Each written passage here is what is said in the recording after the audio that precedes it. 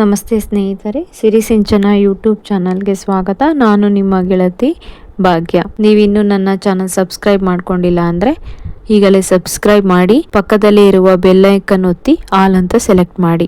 ಆತ್ಮೀಯ ವೀಕ್ಷಕರೇ, ಶ್ರೀ ಗುರು ರಾಘವೇಂದ್ರ ಸ್ವಾಮಿಗಳ 354ನೇ ಆರಾಧನಾ ಮಹೋತ್ಸವವನ್ನು 2025ನೇ ವರ್ಷದ ಆಗಸ್ಟ್ ತಿಂಗಳಿನ 10ನೇ ತಾರೀಕಿನಿಂದ 12ನೇ ತಾರೀಕಿನವರೆಗೂ ಭಕ್ತರ ಸಡಗರ ಸಂಭ್ರಮ ಹಾಗೂ ಭಕ್ತಿ ಭಾವದಿಂದ ಆಚರಿಸಲಾಗುತ್ತದೆ. ಕಲಿಯುಗದ ಕಲ್ಪವೃಕ್ಷ, ಕಾಮಧೇನು, ಚಿಂತಾಮಣಿ ಎಂದೇ ಪ್ರಖ್ಯಾತರಾಗಿರುವ ಶ್ರೀ ಗುರು ರಾಘವೇಂದ್ರ ಸ್ವಾಮಿಗಳು ತಮ್ಮ ಪುಣ್ಯ ರಾಶಿಯನ್ನು ನಂಬಿದವರಿಗೆ ಹಂಚುತ್ತಾ ಮಂತ್ರಾಲಯದಲ್ಲಿ ಇಂದಿಗೂ ಸಹ ಜೀವಂತವಾಗಿ ನಮ್ಮ ಹಾಗೆಯೇ ಉಸಿರಾಡಿಕೊಂಡು ತಮ್ಮ ಸೂಕ್ಷ್ಮ ಶರೀರದ ಮೂಲಕ ಭಕ್ತಕೋಟಿಯನ್ನು ಉದ್ಧಾರ ಮಾಡುತ್ತಿರುವ ಮಾತೃ ಹೃದಯಿ ನಮ್ಮ ಗುರು ರಾಘವೇಂದ್ರ ಸ್ವಾಮಿಗಳು.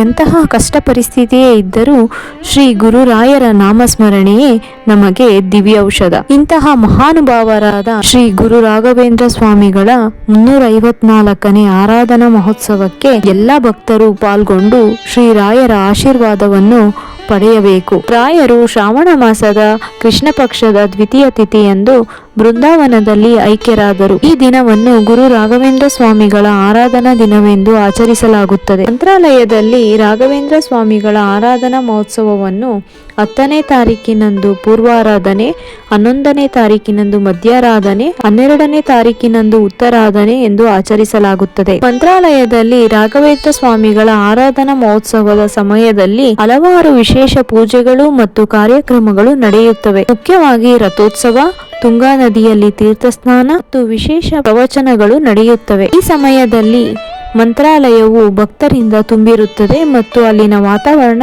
ಭಕ್ತಿಮಯವಾಗಿರುತ್ತದೆ. ಈ ದಿನ ಭಕ್ತರು ಬೆಳಗ್ಗೆ ಬೇಗ ಎದ್ದು ಸ್ನಾನ ಮಾಡಿ ರಾಯರ ಮಂತ್ರಗಳನ್ನು ಪಠಿಸಿ ರಾಯರಿಗೆ ಪ್ರಿಯವಾದ ಹಣ್ಣು ಹಾಲುಗಳಿಂದ ಅಭಿಷೇಕ ಮಾಡಿ ಸಿಹಿ ತಿಂಡಿಗಳನ್ನು ಅರ್ಪಿಸಬೇಕು.